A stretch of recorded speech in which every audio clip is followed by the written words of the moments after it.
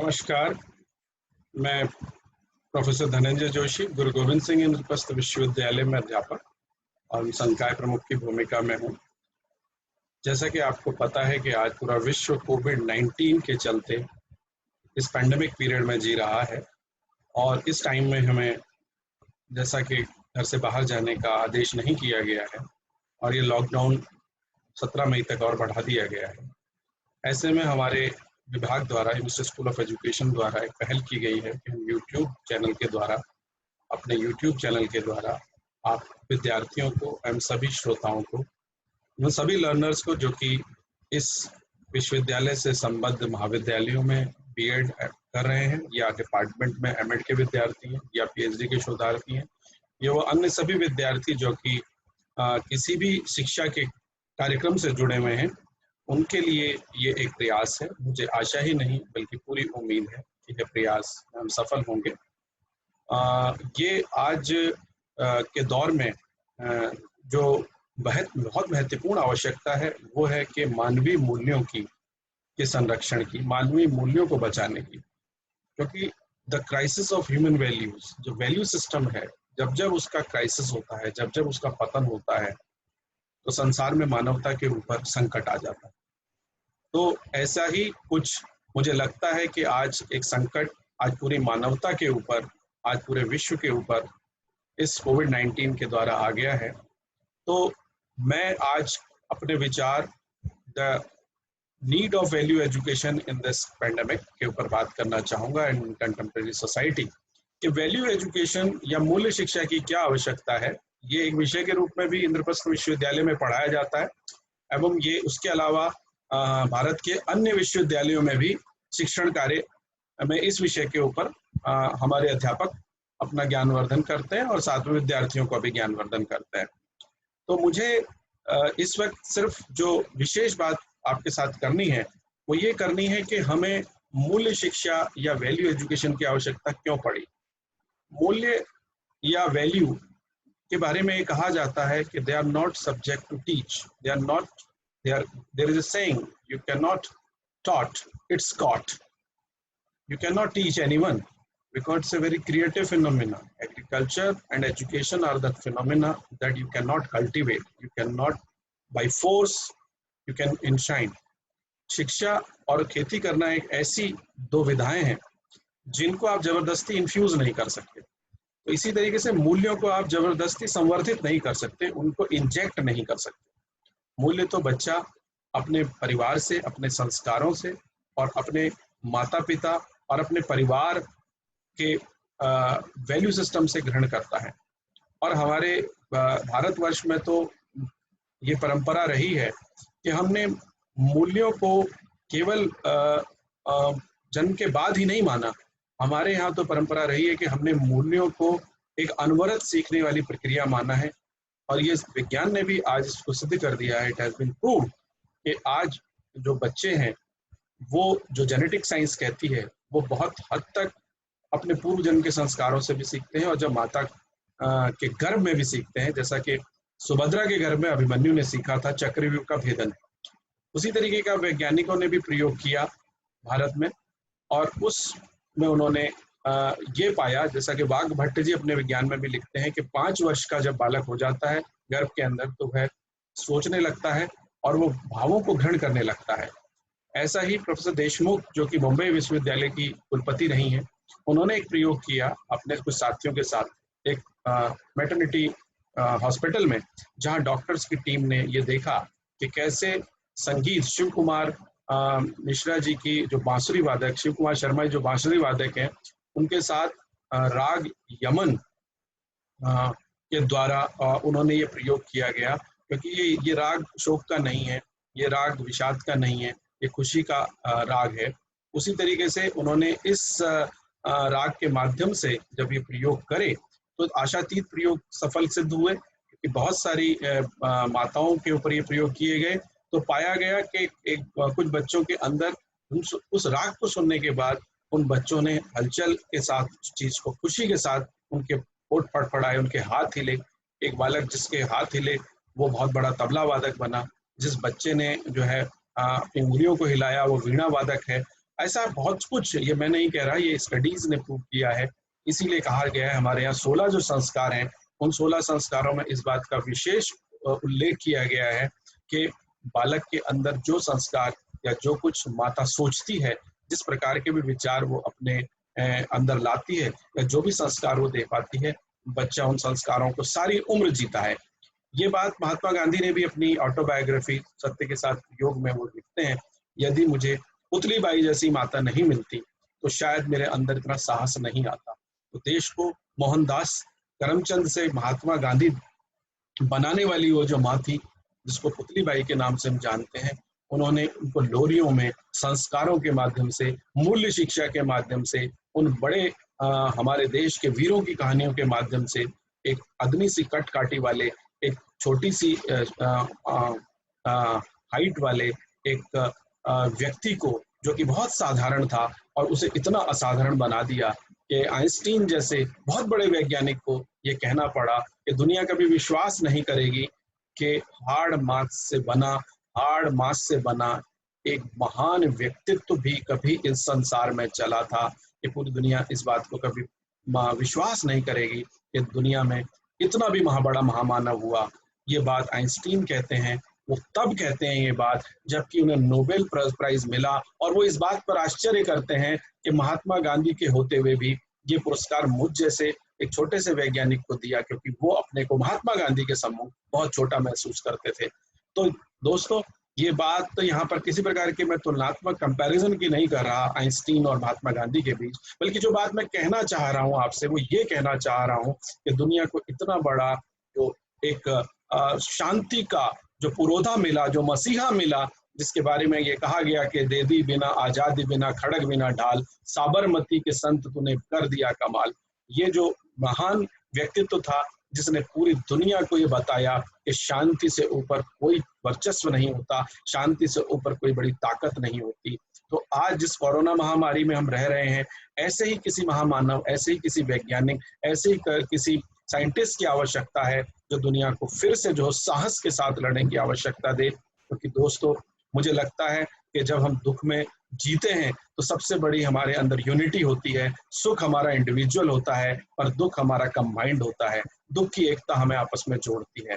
तो जब दुनिया को महात्मा गांधी जैसा या वीर शिवाजी जैसे जो छत्रपति सम्राट मिले, जिनकी माँ जीजाबाई ने भी उनको बहुत ऊंचे संस्कार दिए थे और उन्होंने विश्व में अपनी पताका और अपने राज्य का विस्तार किया, और न केवल विस्तार किया बल्कि उन्होंने स्वाभिमान की एक नई कहानी लिखी जिसको हर बच्चा आज भी सुनता है।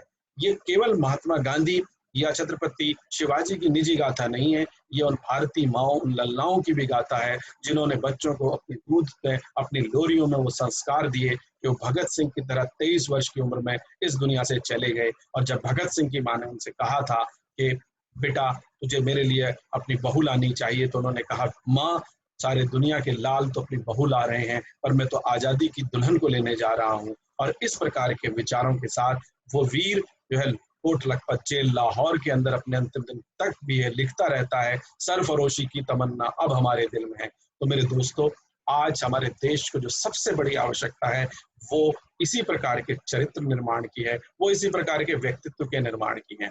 और व्यक्तित्व का निर्माण एक दिन में संभव नहीं होता।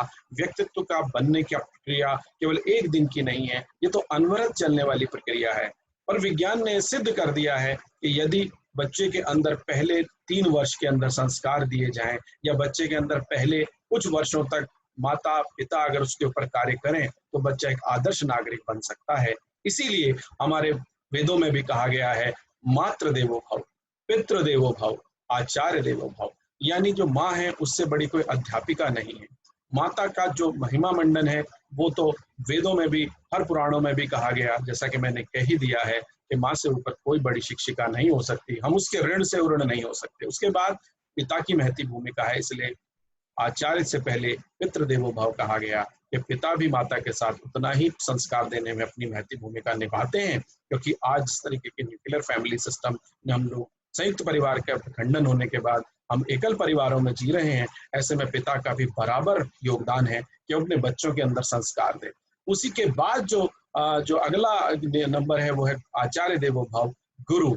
इसीलिए गुरु यानी अध्यापक, उसकी जिम्मेवारी आज बहुत ज्यादा बढ़ जाती है, क्योंकि एपीजे अब्दुल कलाम अपनी बुक विजन 2020 में भी ये लिखते हैं कि the great hopes lies with the mother of this country and after mother father is most important responsible for value inculcation, and after both of them the teachers has to play a big responsibility in nation building.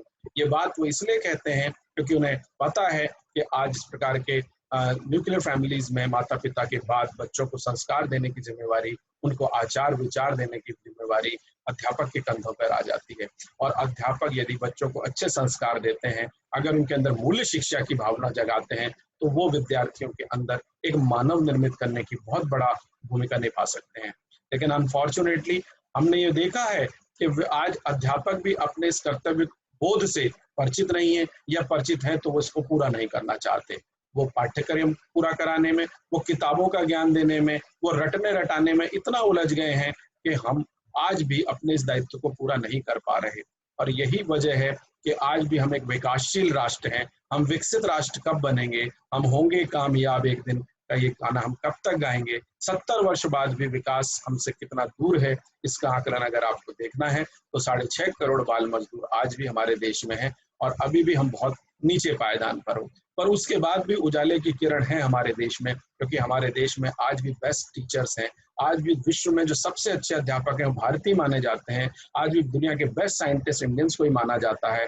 आज भी NASA में जो सबसे ऊपर जो शोध कार्य कर रहे हैं वो भारतीय वैज्ञानिक हैं। आज भी जो है भारत की ज्ञान पताका पूरे विश्व में फैली हुई है।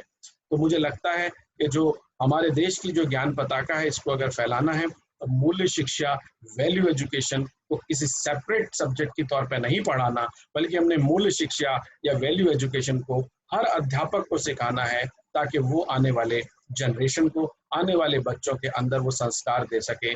तभी हम पूरे विश्व के अंदर अपनी ज्ञान पताका को ऊंचा रख सकते हैं। और इस संदर्भ में मैं एक बात चाणक्य की आपके साथ करना चाहूंगा कि वो लिखते हैं अपनी चाणक्य नीति में, चाणक्य सूत्र में, जिसे कौटिल्य सूत्र भी कहा जाता है, जिसमें मनोविज्ञान का इतना सुंदर और मूल्य का इतना सुंदर पक्ष आपको सुनने को मिलेगा।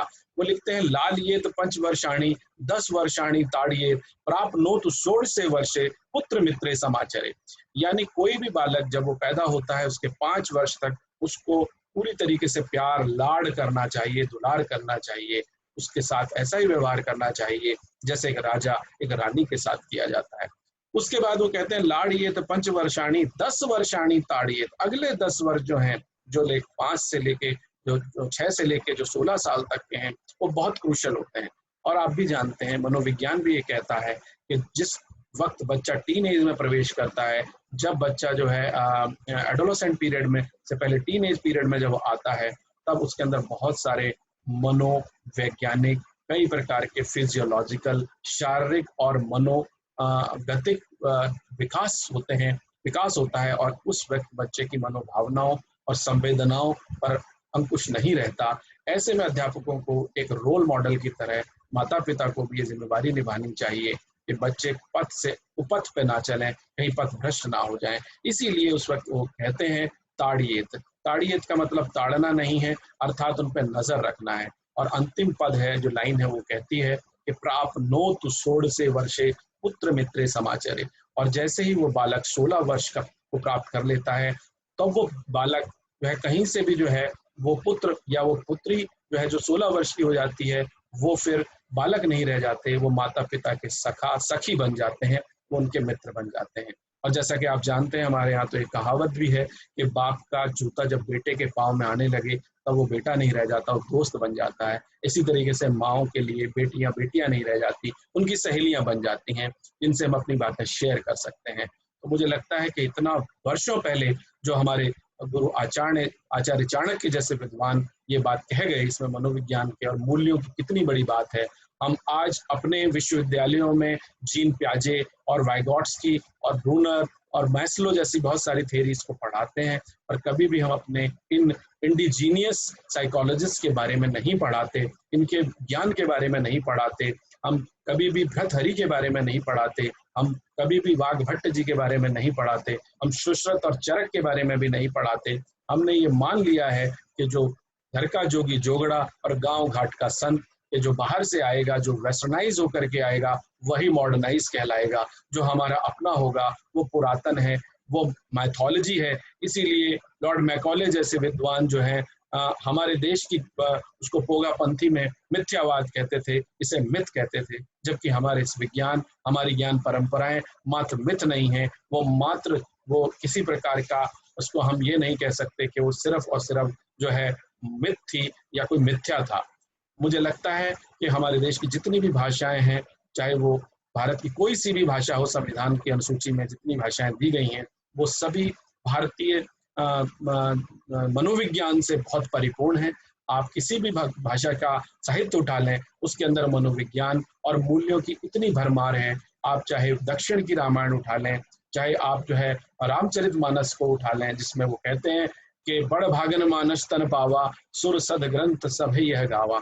ये जो मनुष्य का जीवन है ये बहुत ही ज्यादा हमें भाग्य से मिलता है। 1,84,000 योनियों में भटक के इंसान का चोला मिलता है, तो हमें अपना जीवन बर्बाद नहीं करना चाहिए।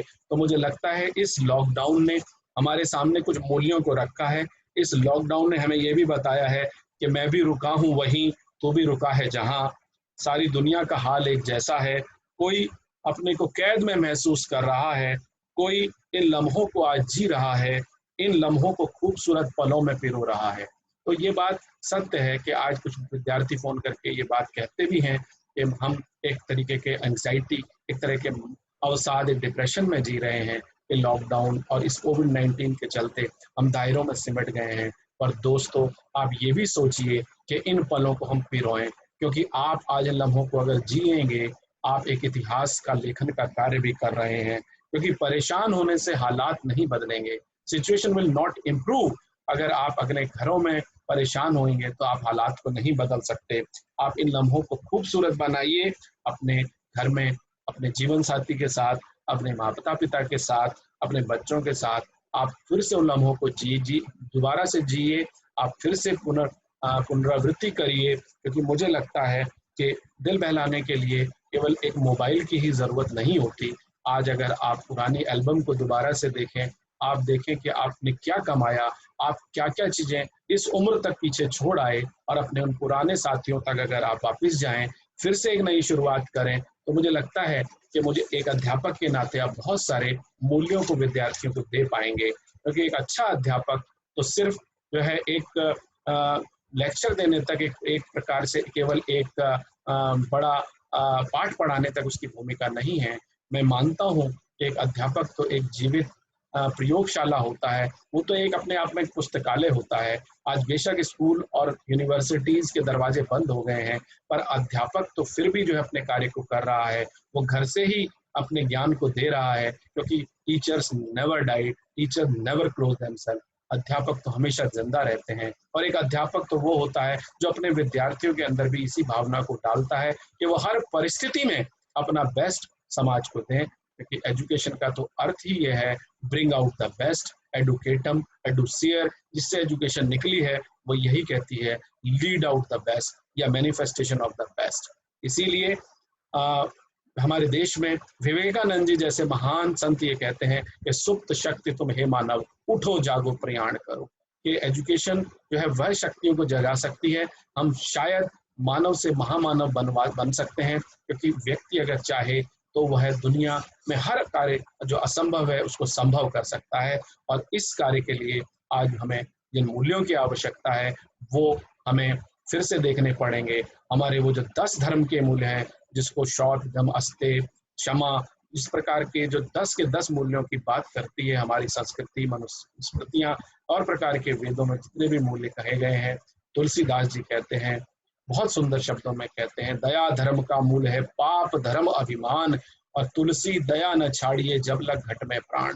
ये जो सबसे बड़ा पुण्य है वो दया है। आज के दौर में जो सबसे बड़ा मूल्य है वो दया है, कि हम अपने अलावा दूसरे जीवों के साथ भी दया करें, अपने अलावा अन्य लोगों के साथ भी दया करें। क्योंकि ये समय आज मांग रहा है हमसे कि हम बाहर उन लोगों के पास तक नहीं जा सकते, लेकिन हम अगर चाहें तो अपनी छोटी छोटी मदद उन तक पहुंचा सकते हैं, खाना उन तक भिजवा सकते हैं। शायद आपके दिए गए छोटे से खाने से, आपके दिए गए छोटे से कुछ भी आप अगर उनको पहुंचाते हैं, छोटी सी भी जो आप इनिशिएटिव लेते हैं, कई जिंदगियों में आप बरकत ला सकते हैं। लेकिन मैंने देखा बहुत सारे लोग प्रचार करते हैं, अपनी दी हुई चीज़ों को सोशल मीडिया पे डालते हैं। तो मुझे लगता है कि ये वक़्त ये भी है कि हम बिना किसी इस बात का विचार करे, हम दया का रास्ता ना छोड़ें, क्योंकि दया ही धर्म का मूल है और पाप से बड़ा कोई अभिमान से बड़ा कोई पाप नहीं है। अपने अंदर अभिमान ना लाएँ। तो जो फुर्सत मिली है इन लम्हों को जीने की, तो इन्हें जी जी इन्हें इन्हें इन्हें आप जिएँ और इन्हें सकारात्मक बनाएँ। अब समय अगर बाहर जाने का नहीं है, तो अब समय अपने अंदर जाने का तो है। Please revisit yourself. आप फिर से अपने को रिविज़िट करें, क्योंकि आप अगर अपने को देखेंगे, तो आपको बहुत सारी अपने अंदर कमियाँ नज़र आएँगी। कोई शायर कहता है कि किताबें, रिसाले न अखबार पढ़िए, किताबें, रिसाले न अखबार पढ़िए, मगर हर रात दिल को एक बार पढ़िए। You need not to read any book, any encyclopedia, you have to read your heart. आप अपने दिल को अगर एक बार पढ़ेंगे, तो आपको बहुत कुछ जानने को मिलेगा, क्योंकि आप एक इतिहास को लिखने का काम कर रहे हैं। आज आप एक इतिहास को बनाने का भी कार्य कर रहे हैं। आप कल की नई पीढ़ी को बताएँगे, एक नया मज़मून लिख रहे हैं आप उन्हें बताएँगे, एक ऐसा भी लॉकडाउन आया था, जबकि हमें घरों के अंदर रहने के लिए मजबूर कर दिया गया। एक वायरस ने, कोरोना नाम का वायरस आया, और ऐसा नहीं है कि इस प्रकार की महामारियाँ पहले विश्व में कभी नहीं आईं। पहले भी चेचक, तपेदिक, हैजा और बहुत सारी महामारियाँ इस दुनिया में रौंदती आई हैं। प्लेग जैसी बीमारी ने लोकमान्य बाल गंगाधर तिलक जैसे महान राजनीतिक संत को हमारे से छीन लिया गया था। उन्होंने भगवत गीता की आधुनिक टिप्पणी लिखी थी और बहुत सारी किताबों की रचनात्मक लेखन किया था। इसी प्रकार के लॉकडाउन ने विश्व को आइजैक न्यूटन जैसा एक बहुत बड़ा वैज्ञानिक भी दिया। जब 1642 में प्लेग फैला, चूहों की वजह से लंदन में जहाजों में चूहों की जाने की वजह से महामारी फैली, और उस पीरियड में लंदन की आबादी मैं पढ़ रहा था 5 लाख से 2.5 लाख रह गई थी, और न्यूटन के फादर को क्वारंटाइन किया गया और उसी क्वारंटाइन में उनकी डेथ हो गई। इतना बड़ा पिता मृत्यु के का दुख झेलने के बाद भी वो विद्यार्थी जो कि कैम्ब्रिज में पढ़ता था, उसको दादी ने पाला, उसकी ग्रैंड मदर ने पाला, और 2 साल लंदन क्लोज रहा। ऐसे ज़माने में भी जब न्यूटन अपने बगीचे कोर्टयार्ड में बैठा था, तब उसके ऊपर सेब गिरता है और वह सोचने पे मजबूर होता है, ये सेब नीचे ही क्यों गिरा, ये सेब यहाँ से ऊपर क्यों नहीं गया। और इतनी बड़ा दुनिया का रहस्य जो था, न्यूटन ने दुनिया के सामने लाने का प्रयास किया, और वो ग्रेविटी का सिद्धांत हमें दिया। उस गुरुत्वाकर्षण के सिद्धांत के नाम से न्यूटन का नाम जुड़ गया। उसी तरीके से आइंस्टीन ने जो है रिलेटिविटी का कंसेप्ट भी दिया। मुझे लगता है आज दुनिया को हो सकता है इस क्वारंटाइन, इस लॉकडाउन को एक और न्यूटन दे दें, दुनिया को शायद एक और आइंस्टीन मिल जाए, दुनिया को शायद एक और रविंद्रनाथ टैगोर मिल जाए, जो गीतांजलि लिखते हैं और उसको नोबेल प्राइज मिलता है। मुझे लगता है कि आज इस देश को इतने बड़े स्तर पर ये जो बीमारी से लड़ने का हम कार्य कर रहे हैं, उसी तरीके से एक आंतरिक चेतना हमें जगाने की आवश्यकता है। तो इस वक्त समय है कि हम अंदर जाएं, कुछ देर मनन करें, कुछ चिंतन करें, इन लम्हों को जिएं, क्योंकि आप एक नया मजमून लिख रहे हैं। एक नई इबारत को लिखें, दीवार में लिखी इबारत को पढ़ें, क्योंकि अगर हम इस वक्त हार मान जाएंगे, तो शायद दुनिया को सबसे बड़ी जो चीज मारती है वो निराशा मारती है। तो नर हो न निराश करो मन को, कि हौसलों को बढ़ाते रहिए, एक दूसरे का उत्साह बढ़ाते रहिए, क्योंकि दुनिया हौसलों से जीती जाती है। दुनिया किसी जंग से नहीं जीती जाती, दुनिया किसी भी प्रकार की वॉर से नहीं जीती जाती, दुनिया दिलों से जीती जाती है, और दिलों को जीतने का काम, उनमें मरहम लगाने का काम एक अध्यापक से बेटर कौन कर सकता है। तो इस दुनिया को खूबसूरत बनाने के लिए हमें जीना है, और अपने विद्यार्थियों को भी ये मूल्य देना है। तो आज जो सबसे बड़े जो मूल्य उभर के आए, वो 3 बड़े मूल्य हैं। तो सबसे बड़ा मूल्य ये उभर के आया कि ह्यूमन लाइफ जो है बहुत ही ज़्यादा प्रीशियस है, बहुत ज़्यादा जीवन अमूल्य है। लेकिन हमने देखा कि कोविड-19 ने इस अमूल्य जीवन पर कितना प्रहार करा, कि ये जीवन क्षणिक बन के रह गया। हज़ारों लोगों, लाखों लोगों की जो है मृत्यु हो गई। अकेले महाशक्ति अमेरिका घुटनों के बल पर आ गया। इटली जैसा दुनिया का जो दूसरा हेल्थ के फील्ड में जो देश था, वो आज क्रंदन कर रहा है। आज पूरा यूरोप क्राई कर रहा है, वो आज पूरा यूरोप जो है कहीं न कहीं रो रहा है। आप देखते हैं कि पूरी तरीके से लाशें बिछ गई हैं, लोगों के लिए वहाँ पर ताबूत तक नहीं बचे हैं। बेल्जियम में मैंने देखा कि किस तरीके से लोग जो है अपने परिचितों को अग्नि के सुपुर्द कर रहे हैं, क्योंकि अब उनके पास दफनाने तक की जगह नहीं रह गई हैं, या विज्ञान के चलते अब वो उनका शवदाह कर रहे हैं, क्योंकि उनको डर है कहीं वायरस जमीन से ना फैल जाए। तो मैं ये कहना चाहता हूँ कि पूरा विश्व आज इस समस्या से गुजर रहा है। बहुत छोटा सा देश ग्वाटेमाला है, मैंने देखा वहाँ लोग जो है अपने संबंधियों को जिसके अंदर इस प्रकार के विषाणु थे उनको बाहर ही छोड़ के चले जा रहे हैं, और उनको कोई वारिस नहीं है। अंतिम संस्कार तक पर भी आप किसी के पास नहीं जा रहे। अभी ऋषि जी की डेथ हुई, आप सभी ने देखा, सिर्फ 20 लोगों को ही अलाउ किया गया। जन नायक जो इतना बड़ा कलाकार था, इसके दर्शन सब पाना चाहते थे, लॉकडाउन की वजह से हम उनके दर्शन सिर्फ टीवी से हमने किए। तो आप ये देखिए कि जीवन कितना अमूल्य है, और कैसे ये जीवन आज इसके ऊपर प्रहार किया है एक वायरस ने। तो हमें ये समझना पड़ेगा कि जो मनुष्य का जीवन है, इसको बचाने की कोशिश आज वैज्ञानिक कर रहे हैं, ये डॉक्टर्स कर रहे हैं, हमें इनका साथ देना है। ये जो सफाई कर्मचारी हमारे लिए अपनी जान की बाजी लगा करके रात दिन सैनिटाइज कर रहे हैं, बाहर निकल रहे हैं, ये जो डॉक्टर्स आज इतना बड़ा इन्फेक्शन घरों तक ला रहे हैं, ये जो हमारे पुलिस के कर्मचारी हैं जो अपने छोटे छोटे बच्चों को छोड़ करके हमारी सेवा के लिए रोज रात दिन रोडों पे रहते हैं, आप ये मानिए कि ये वाकई इस वक्त कोरोना नायक हैं। ये एक प्रकार के वो महावीर हैं, ये वो लोग हैं जिन्होंने जो है शायद अपनी जान की बाजी भी लगा दी। कईयों को इन्फेक्शन हो गया, इटली में पता नहीं कितने डॉक्टर्स भी इस संक्रमण की वजह से मर गए। भारत में भी कई स्वास्थ्य कर्मचारी आज जो है इस संक्रमण को झेल रहे हैं, इस इन्फेक्शन के साथ जी रहे हैं। तो दोस्तों, आप बड़े खुशनसीब हैं कि आप अपने घरों में हैं, और आपके पास खाने के लिए, पहनने के लिए, और आपके पास ये सुविधा है कि आप जो है आप ऑनलाइन चीज़ों को देख सकते हैं। लेकिन आप कभी उन लोगों के बात भी सोचिए जिनके पास फूड, क्लोथ और शेल्टर जैसी 3 बेसिक आवश्यकताएं, रोटी, कपड़ा, मकान नहीं है। तो आज आपको ये मानना चाहिए कि अगर आप थोड़ा बहुत अपने समय में से कुछ समय, अपनी आजीविका में से कुछ आप समय, अपना कुछ धन ऐसे लोगों के लिए देते हैं, पीएम केयर्स फंड जैसे जो फंड हैं, या मुख्यमंत्री आपदा कोष जैसे जो और भी जो माध्यम है, उनके द्वारा अगर आप मदद करते हैं, तो सरकार की मदद नहीं करते, आप पूरी मानव जाति की मदद करते हैं। तो पहला जो मूल्य आया वो ये आया, मनुष्य का जीवन अमूल्य है, इसे बचाना है। क्योंकि जैसा कि मैंने कहा ही है कि बड़ भागन मानुष तन पावा, क्योंकि ये जो हमें मनुष्य का चोला मिला है ये बड़ी उससे मिलता है, तो इसको गंवाना नहीं है, इसको सार्थक बनाना है। इसके लिए आपको अपने अलावा औरों के बारे में भी सोचना है कि जीवन वो नहीं है जो सिर्फ स्वयं के लिए सोचा जाए, औरों के लिए जीना भी बहुत कुछ होता है। पंडित श्री राम शर्मा जी जो शांति कुंज हरिद्वार वाले हैं, वो कहते हैं कि औरों के हित जो जीता है, औरों के हित जो मरता है, उसका हर आंसू रामायण, उसका हर कर्म ही गीता है। जो दूसरों के लिए जीता है, जो दूसरों के लिए मरता है, उसकी आंख का हर आंसू रामायण और उसका हर कर्म ही गीता होता है। तो इस वक्त हमारे लिए जो सबसे बड़ा धर्म है वो यही है कि हम जहाँ हैं वहीं रुक जाएं, हम वहीं से अगर हम समाज के लिए कुछ कर सकते हैं, वही सबसे बड़ी देशभक्ति है, वही सबसे बड़ा पैट्रियटिज्म है कि इस वक्त हम घरों से बाहर ना निकलें। यदि हम बाहर निकले तो हम शायद बहुत सारे अपने घर के अलावा बाहर के लोगों को भी इस वायरस को दे देंगे। इसलिए अगर सरकार आपसे कहती है, अगर देश के प्रधानमंत्री आपसे ये रिक्वेस्ट करते हैं, सप्तपदी की बात करते हैं, और अगर वो कहते हैं उनका मनोबल बढ़ाइए, तो उनका मनोबल घर में रह के बढ़ाइए। उसके लिए बाहर निकल करके, भीड़ लेकर के निकलने की आवश्यकता नहीं है, क्योंकि आप अगर जितना स्वयं को बचेंगे उतना ही दूसरों को बचाएंगे। दूसरा जो इसका जो मूल्य इस वक्त निकला है वो ये है कि हमें अंतर्मुखी होने की आवश्यकता है। हमें अब एक्सट्रोवर्ट से इंट्रोवर्ट होने की आवश्यकता है कि हम बाहर बहिर्मुखी से अंतर्मुखी हों। अब स्वयं के लिए कुछ समय दें, अपने आसपास के लिए हम समय नहीं निकाल पाते थे, अब शायद आपको दोबारा से रिविजिट करने का टाइम है।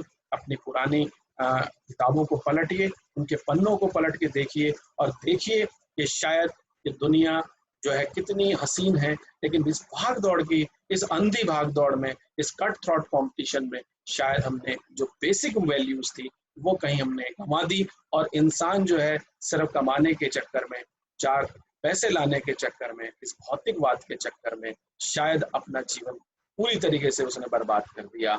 एक शायर ये कहता है कि सभी कुछ हो रहा है इस तरक्की के जमाने में, मगर ये क्या गजब है आदमी इंसान नहीं होता।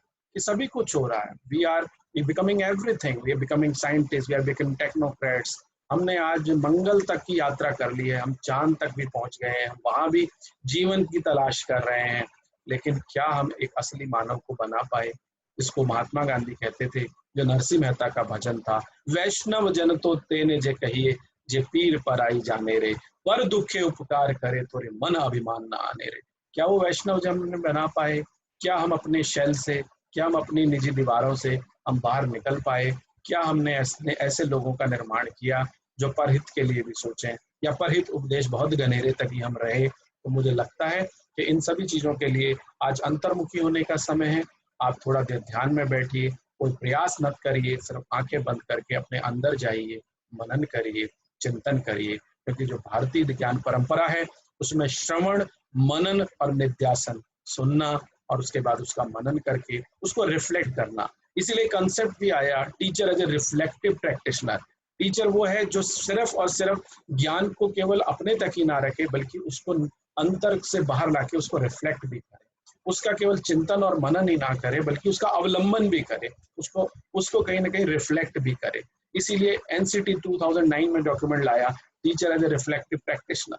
हमने अध्यापक को एक रिफ्लेक्टिव प्रैक्टिशनर बनाना है। इस श्रवण मनन से अब निध्यासन की तरफ को हमने जाने की आवश्यकता है।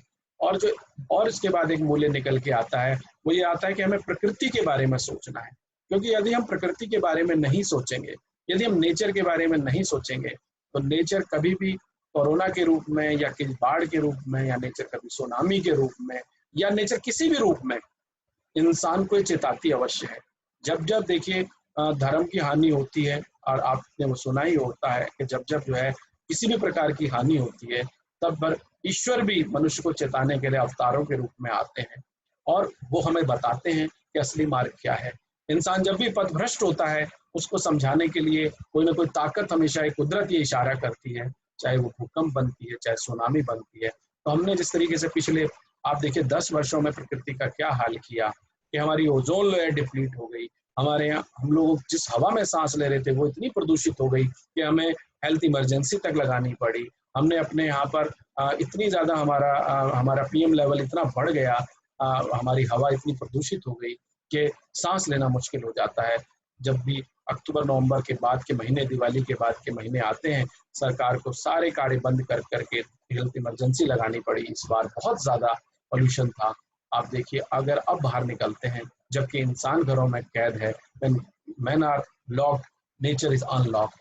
जब पशु पक्षी मुक्त हैं, आप उनका कलरव सुनिए, बर्ड्स की चिरपिंग सुनिए, सुबह का सूरज की लालिमा देखिए, वो फ्रेश बयार महसूस करिए, उस ब्रीज को अपने आप देखिए, कितनी नेचर जैसे वाकई इंसान को थैंक यू कह रही है।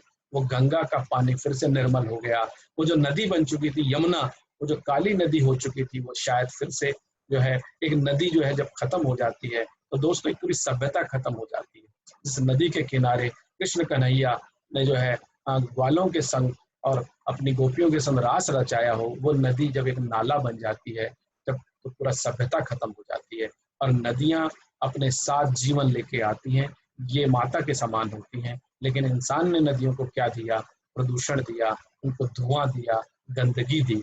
तो अगर आप बाहर जाते हैं, अगर आज जालंधर से धौलाधार की रेंज दिखाई देती है, आप देखिए कितने वीडियोस आ रहे हैं, आप देख के मन प्रसन्न हो जाता है। गंगा का पानी देखिए।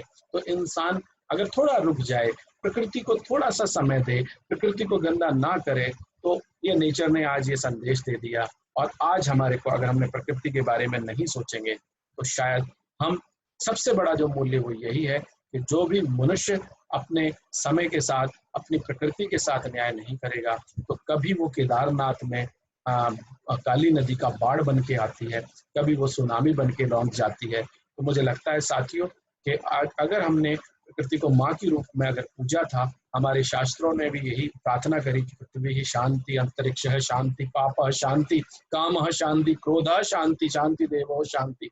तो जब हम ये प्रार्थना करते हैं, या हम ये कहते हैं, हमारे शास्त्र में कहा गया सर्वे भवन्तु सुखिनः, सर्वे सन्तु निरामया, सर्वे भद्राणि पश्यन्ति, माँ कश्चित् दुर्भाग् भवेत्। वो इसलिए कहा गया कि हम अपनी ही जीवन की कल्पना ना करें, बल्कि इस जीवन के अलावा जो और जीवन है, हम तो आज और प्लैनेट्स के अंदर भी जीवन की तलाश कर रहे हैं।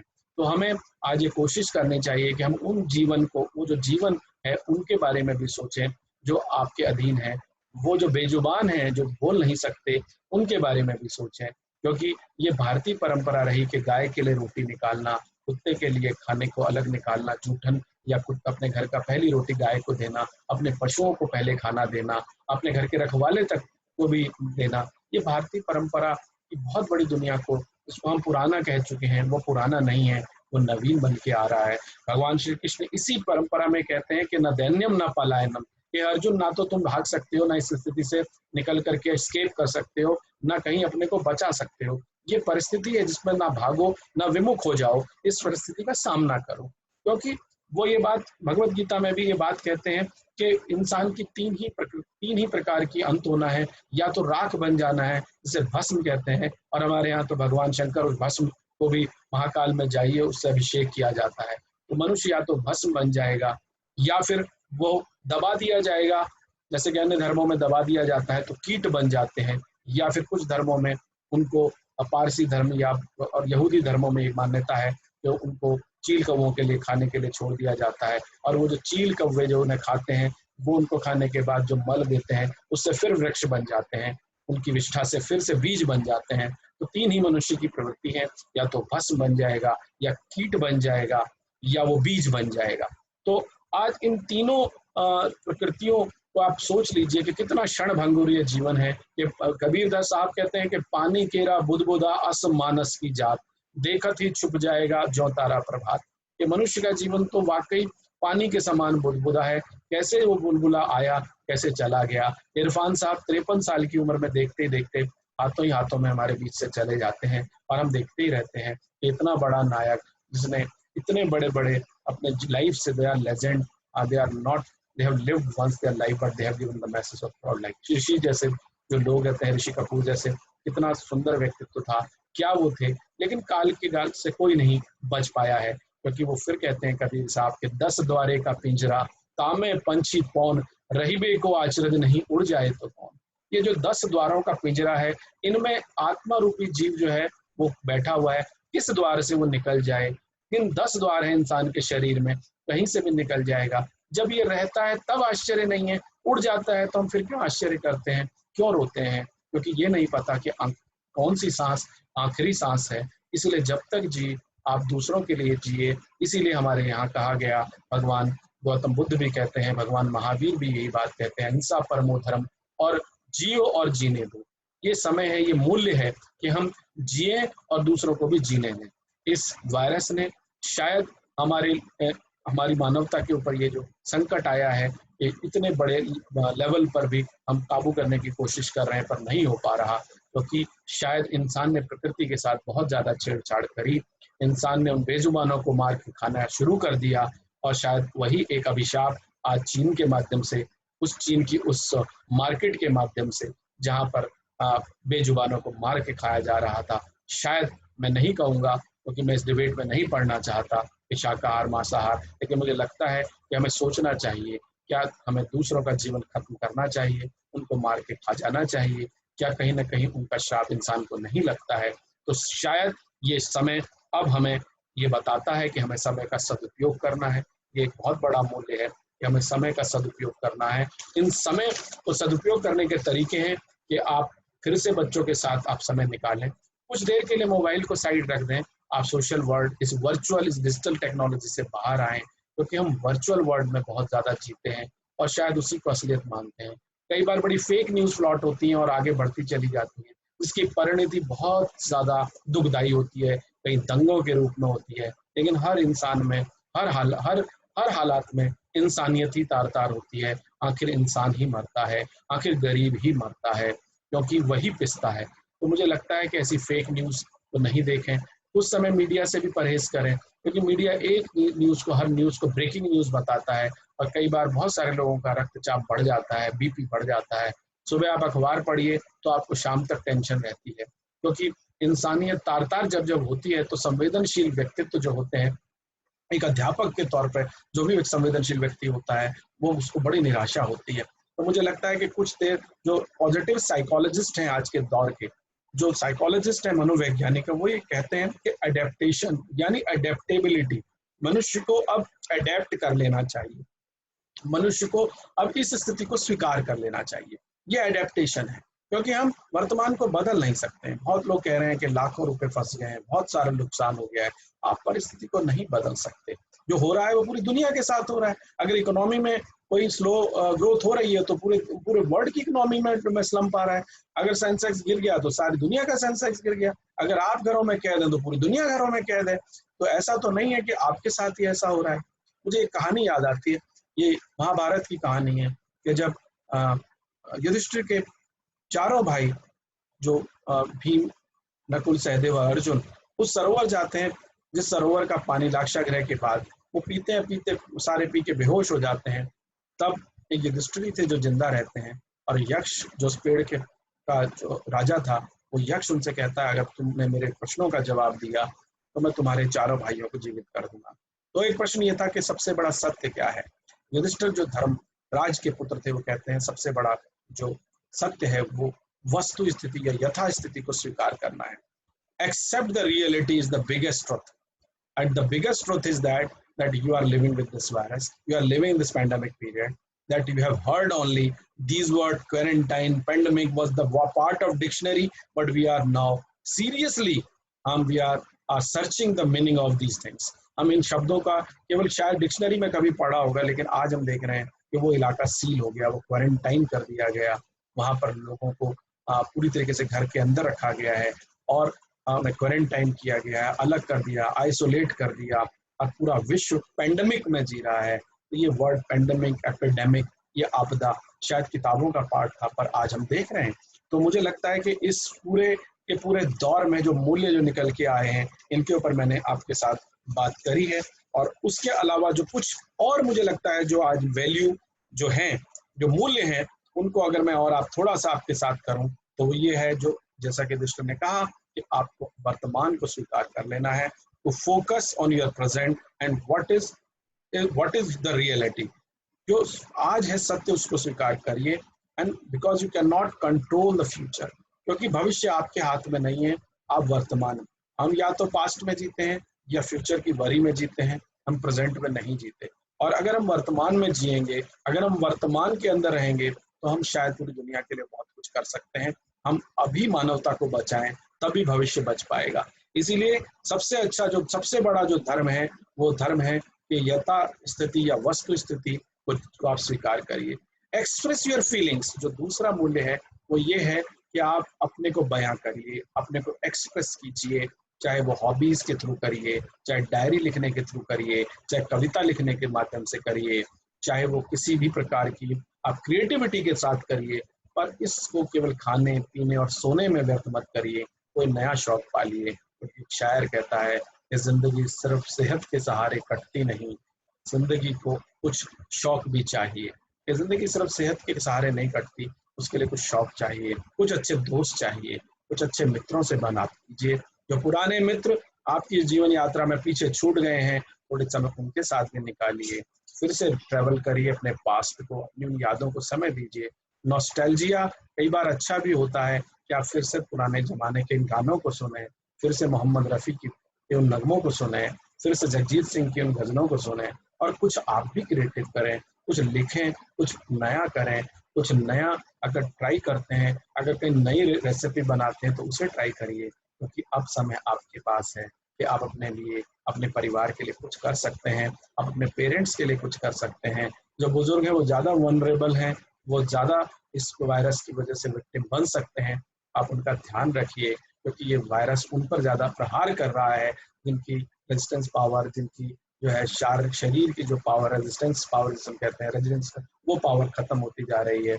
हमारी बॉडी की रेजिस्टेंस बहुत ज़्यादा वीक तब हो जाती है जब बॉडी की इम्यूनिटी वीक हो जाती है। तो जिनका इम्यून सिस्टम वीक है, उन लोगों के लिए कुछ करिए। अपने माता पिता, अपने आसपास ऐसे जो सीनियर सिटीजन्स हैं, उनका ध्यान रखिए। अगर उनके लिए आप दवा मंगवा सकते हैं, उनके लिए खाना मंगवा सकते हैं तो वो करिए, क्योंकि वो आपसे मांगेंगे नहीं, वो अपने स्वाभिमान में रहेंगे, लेकिन बहुत परेशान हो जाते हैं। आप उनके साथ बात करिए, उस समय अपने बुजुर्गों के साथ बैठिए, क्योंकि वो बरगद का पेड़ है, उनकी छाँव में जब जितना बैठेंगे उतने ज्ञान के मोती आपको मिलेंगे। और इस पीढ़ी को उस पीढ़ी के साथ संवाद स्थापित करना चाहिए, तभी आप अगली पीढ़ी को कुछ मूल्य दे पाएंगे। तो ये समय है एक्सप्रेस करने का, ये समय है फोकस ऑन इनर कामनेस।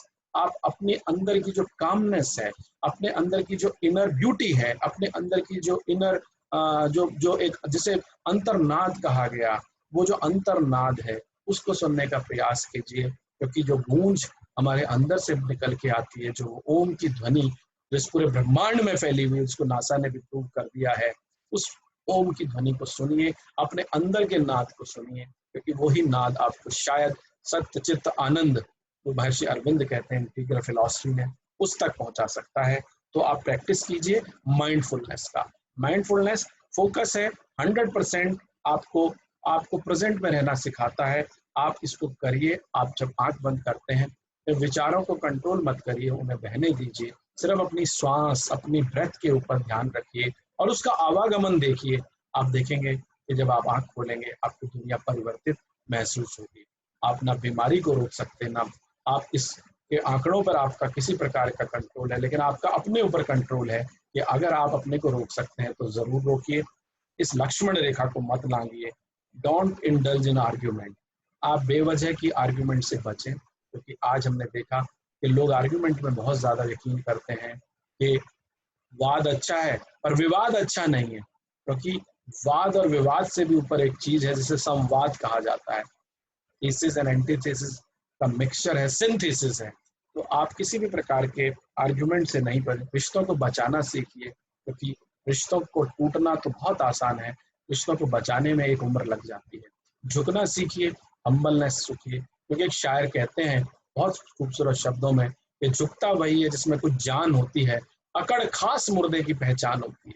झुकता वही है जिसमें कुछ जान होती है, अकड़ खास मुर्दे की पहचान होती है कि तनावर दरख्तों को तूफान झुकाए, घास को देखिए खुद को झुक झुक के बचाए। खमे आसमां का नजारा करो और झुक दुनिया में रहना है तो झुक के गुजारा करो। मुझे लगता है कि अब हमारे को जो हम्बलनेस है, जो ह्यूमिलिटी है, वो बहुत जरूरी है, क्योंकि जब तक आपके अंदर ये हम्बलनेस, ये विनम्रता नहीं है, इसीलिए हमारे शास्त्र भी ये कहते हैं, तो बहुत अच्छी बात है कि विनम्रता इंसान का आभूषण है।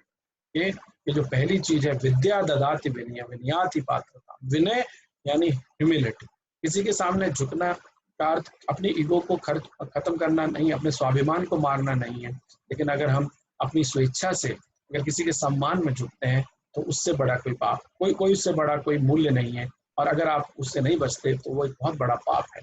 तो मैं भी लगता है कि इस वक्त आपको अपने रिश्तों को भी बचाना है, अपने संबंधों को भी समेटना है। एक सॉरी कहना एक बहुत बड़ी चीज है। अगर आप किसी से माफी मांगते हैं, जैन धर्म में हमारा बहुत विश्वास है, वो ये कहते हैं क्षमा बड़न को चाहिए, क्षमा वाणी परप चाहते हैं कि जब तक आप दूसरे से क्षमा मांगते हैं, आप अपने वो एक दिन अपने अपने किए गए अपराध जो उनसे उन्होंने हाजिर नाजिर होकर के जो ज्ञात अज्ञात उसमें किए, उनके लिए अपने से छोटों से क्षमा मांगते हैं। मेरे गाइड प्रोफेसर जैन थे, कमल कुमार जैन, वो मेरे कमरे में एक दिन आए जब मैं शोधार्थी था, कहने लगे मुझे मेरे से जो भी हुआ। मैंने कहा सर आप आए हैं, तो बोले मुझे क्षमा कीजिए, मुझे बहुत अपने ऊपर वो हुआ। मैंने कहा आप बड़े हो के? बोले नहीं, ये बहुत जरूरी है, कई बार बड़ों से भी गलतियां हो जाती हैं, बड़े भी कई बार गलती कर देते हैं। अगर घर में बच्चे हैं आपके, अगर आपसे कोई गलती हुई है तो आप उनसे भी क्षमा मांगे, उनसे भी आप ये कहें बेटा आई एम सॉरी, शायद मेरे से कल आपको मैंने कुछ बुरा कहा, शायद मैं उन्हें ऊंची आवाज में आपसे बात करी। तो रिश्तों को बचाने की जरूरत है। और एक बहुत महत्वपूर्ण बात है, appreciate good things of other. अगर आप दूसरों की बातों को अप्रिशिएट करते हैं, आप अगर दूसरों की बातों को अप्रिशिएट करना सीख जाएं, तो ये दुनिया का नजरिया बदल जाए। हम अपनी तंग और संगदिल सोच में इतना ज्यादा रहते हैं कि हम शायद दूसरों की किसी भी प्रकार की अप्रिशिएट नहीं कर पाते। हमें ये लगता है कि हम अपनी तो बातों को अप्रिशिएट करें पर दूसरों की बातों को अप्रिशिएट नहीं करें। हमें दूसरों के लिए भी अप्रिशिएट के word very good, very nice कहना चाहिए। और जो ये कहावत है कि फॉरगिव एंड फॉरगेट, ये विचार बहुत उत्तम है। हर चीज को दिल से लगा के जरूरत नहीं जी सकते कि उसने ये कहा मुझे, मैंने उसे ये कहा। आप अगर इस तरह जिएंगे तो पूरी उम्र निकल जाएगी। आप जो है अपने इस शेल से बाहर निकलिए। मैंने भी एक पुस्तक लिखी है, अभी थोड़े दिनों पहले प्रकाशित हुई, अब थोड़ी सी उनकी 2-4 कविताएं आपके माध्यम से मैं बताना चाहूंगा। बहुत सारे मूल्य हैं, अगर आप ले सकते हैं तो ये इस पुस्तक की, और मेरी रचना धर्मिता का लेखक के रूप में मैं समझूंगा मैं सफल रहा, एक अध्यापक के रूप में। एक कविता है जो बहुत ही सुंदर है, इसका शीर्षक है चलो आज मुस्कुराया जाए। अपनों को जोड़ते रहिए, पुरानी किताबों के पन्नों को टटोलते रहिए। अपनों को जोड़ते रहिए, पुरानी किताबों के पन्नों को टटोलते रहिए। निकल जाएगा समय ये भी पंख लगाकर, दिलों को दिलों से जोड़ते रहिए। अपनों को जोड़ते रहिए, पुरानी किताबों के पन्नों को टटोलते रहिए। निकल जाएगा समय ये भी पंख लगाकर, दिलों को दिलों से जोड़ते रहिए। ये जो समय है ये भी नहीं, जब पहला समय नहीं रहा, जब दुख का समय नहीं रहा, तो अब जब सुख का समय नहीं रहा तो दुख का भी नहीं रहेगा, ये समय भी चला जाएगा। तो निकल जाएगा समय ये भी पंख लगाकर, दिलों को दिलों से जोड़ते रहिए। चलो नफरतों को हटाया जाए, वो ना चाहे फिर भी उसके घर जाया जाए। चलो नफरतों को हटाया जाए, वो ना चाहे फिर भी उसके घर जाया जाए। दिलों को दिलों के करीब लाया जाए, अक्षर अक्षर प्रेम का इस मायूस पीढ़ी को सिखाया जाए। दिलों को दिलों के करीब लाया जाए, अक्षर अक्षर प्रेम का इस मायूस पीढ़ी को सिखाया जाए। चलो प्यार की गंगा को बहाया जाए, किसी को फिर से भगीरथ बनाया जाए। चलो प्यार की गंगा को बहाया जाए, किसी को फिर भगीरथ बनाया जाए। फलसफे की बातें बहुत हो गई, फिलॉसफी की बातें बहुत हो गई, फलसफे की बातें बहुत हो गई। थोड़ा आज मुस्कुराया जाए, थोड़ा आज मुस्कुराया जाए। अपनों को जोड़ते रहिए, पुरानी किताबों में पन्नों को टटोलते रहिए। निकल जाएगा समय ये भी पंख लगाकर, दिलों को दिलों से जोड़ते रहिए, दिलों को दिलों से जोड़ते रहिए। तो साथियों, आज दिलों को दिलों से जोड़ना है, आज फिर से इंसानियत को इंसानियत से जोड़ना है। और इसी तरीके से एक और कविता के माध्यम से मैं अपनी बात कहना चाहता हूँ कि प्रकृति को जब भी क्रोध आया, तब तब उसने मनुष्य को चेताया। प्रकृति को जब भी क्रोध आया, तब तब उसने मनुष्य को चेताया। सुनामी बनकर, भूकंप होकर, या बहा ले गई बे या बहा ले गई बे या बहा ले गई हमें सुनामी और बाढ़ बनकर। प्रकृति को जब जब क्रोध आया, तब तब उसने मनुष्य को चेताया। प्रकृति को जब जब हमने सताया, उसको जब जब मनुष्य ने रुलाया, तब तब वो अभिशप्त होकर, तब तब वो अभिशप्त होकर मनुष्यत्व को चेताती है। प्रलय का रुदन, समय का मर्दन नहीं रोक सकता है मनोज। प्रारब्ध को कोसना, नियति को भोगना तो तुझे होगा। नियति को भोगना नहीं है कोई विकल्प, नहीं है कोई विकल्प। नहीं रोक सकता है मनुज, प्रारब्ध को कोसना, नियति को भोगना नहीं है कोई विकल्प, नहीं है कोई विकल्प। तो करो मनुष्य तुम संकल्प, वसुधा का नव जागरण, रोक लो इसका अवशरण, मानवता का करो सृजन। करना होगा प्रकृति का तुम्हें संरक्षण, क्योंकि प्रकृति को जब जब क्रोध आया, प्रकृति ने मनुष्य को चेताया। कभी सुनामी बनकर, कभी भूकंप बनकर, या बहा ले गई हमें कभी बाढ़ बनकर। तो मुझे लगता है कि आज हमें इस बात को ध्यान देना है कि किस तरीके से हमें इंसान होने के नाते, एक शिक्षक होने के नाते अपने कर्तव्य का पालन करना है। क्योंकि साथियों, शिक्षक बनाए नहीं जाते, शिक्षक तो गढ़े जाते हैं। उन्हें जोड़कर मोड़कर आकृति प्रदान की जाती है। कि कोई शिक्षक जो है उसको जबरदस्ती आप बीएड करा दें, एमएड करा दें, टीचर ट्रेनिंग करा दें, उससे नहीं बनेगा। अपने अंदर पहले ही शिक्षक का जो तत्व होता है वो पहले मौजूद होना चाहिए। तो मुझे लगता है कि हमारे अंदर का जो शिक्षक है, हम उसको आज फिर से जीवित करें, क्योंकि वाकई ये जो समय है ये बहुत बहुत ही ज़्यादा महत्वपूर्ण है। एक और वानगी देखिए कि विनम्रता इंसान होने की निशानी है, एक प्यार भरी दुनिया हमको बनानी है। विनम्रता इंसान होने की निशानी है, एक प्यार भरी दुनिया हमें बनानी है। छोड़कर वैमनस्यता एवं घृणा का परिवेश, छोड़कर वैमनस्यता एवं घृणा का परिवेश, हर ओर ज्ञान की लालिमा जगानी है, हर ओर ज्ञान की लालिमा जगानी है। देवत्व पाने की आकांक्षा नहीं है, देवत्व पाने की आकांक्षा नहीं है, अपने अंदर का मनुष्यत्व जगाने की करनी तैयारी है, अपना मनुष्यत्व जगाने की करनी तैयारी है।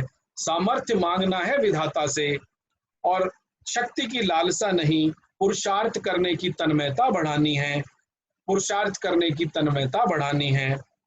ये पाषाण सा क्या हो गया आज मनुष्य, ये पाषाण सा क्या हो गया मनुष्य, प्रेम की कोई नई गंगा बहानी है, प्रेम की कोई नई गंगा बहानी है। प्रदूषण की आंधी ने रौंद दिया प्रकृति को, प्रदूषण की आंधी ने रौंद दिया प्रकृति को, इस प्रकृति को बचाना हम सबकी जिम्मेदारी है। बहुत हो गया अंतरिक्ष व्योम से ऊंची बातें करना, बहुत हो गया अंतरिक्ष व्योम से ऊंची बातें करना, सत्य की प्रतिज्ञा सबसे करानी है, सत्य की प्रतिज्ञा हम सबसे करानी है, सत्य की प्रतिज्ञा सबसे करानी है। तो मुझे लगता है कि आज हमें यही प्रतिज्ञा करनी चाहिए और इस आशा और विश्वास के साथ मैं विदा लेता हूं कि हमारे विद्यार्थी अपने अंदर इस साहस को लाएंगे, अपने अंदर के धीरज को बहुत मजबूत करेंगे और आज जो ये संदेश ये हमें इस वायरस और इस महामारी ने दिया है, हम उसके साथ इन संकल्पों को भी, इन सप्तसदी के इन संकल्पों को भी याद रखेंगे। मैं इन्हीं शब्दों के साथ अपनी वाणी को विराम देता हूं। आप सभी को ये पसंद आए तो आप इसे लाइक करिए, सब्सक्राइब कीजिए, अपने साथियों के साथ भी इसे शेयर कीजिए ताकि और मित्रों तक जो भी इन मूल्यों की बात सोचता है, जीवन विद्या की बात जो सोचता है, ये जीवन विद्या औरों तक भी जाए।